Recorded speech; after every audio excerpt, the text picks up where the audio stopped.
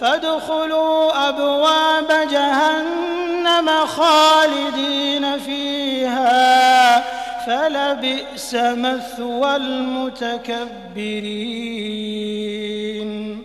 હવે તમે જહન્નમના દરવાજાઓમાં દાખલ થાઓ કે હંમેશા તેમાં જહન્નમમાં રહેશો.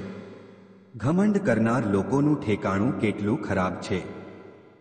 તફસીર: તે કાફિરો, અધર્મીઓનો ઉલ્લેખ ચાલુ છે જેઓ દીની તહરીક, ધાર્મિક આંદોલન વિરુદ્ધ કાવતરાઓ ઘડતા હતા, અને જ્યારે તેમના જીવ નીકળવાનો સમય આવ્યો અને હજી જીવનનો થોડોક જ શ્વાસ બાકી હતો ત્યારે હક અને સત્ય તેમની માટે જાહેર થઈ જાય છે.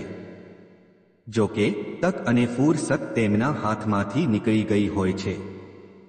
જીવ નીકળતા પહેલા ન તો તૌબા કરી, ન તો કુફર, અધર્મ છોડ્યું. આ સમયે તેઓ તસ્લીમ થઈ જાય છે અને કબૂલ કરે છે કે હવે પેરવી કરી કોઈ ફાયદો નથી, અને દુનિયામાંથી જતા પહેલા જ તેમને જહન્નમમાં દાખલ થવાનો આદેશ મળી જાય છે.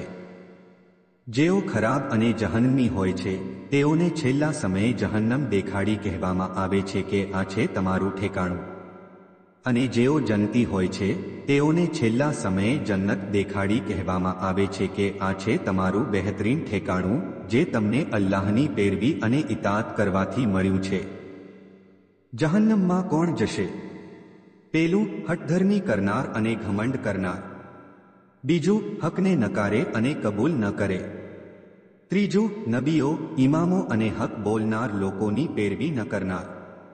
ચોથું, ગુનાહ અને જિદ્દમાં જીવન પસાર કરનાર.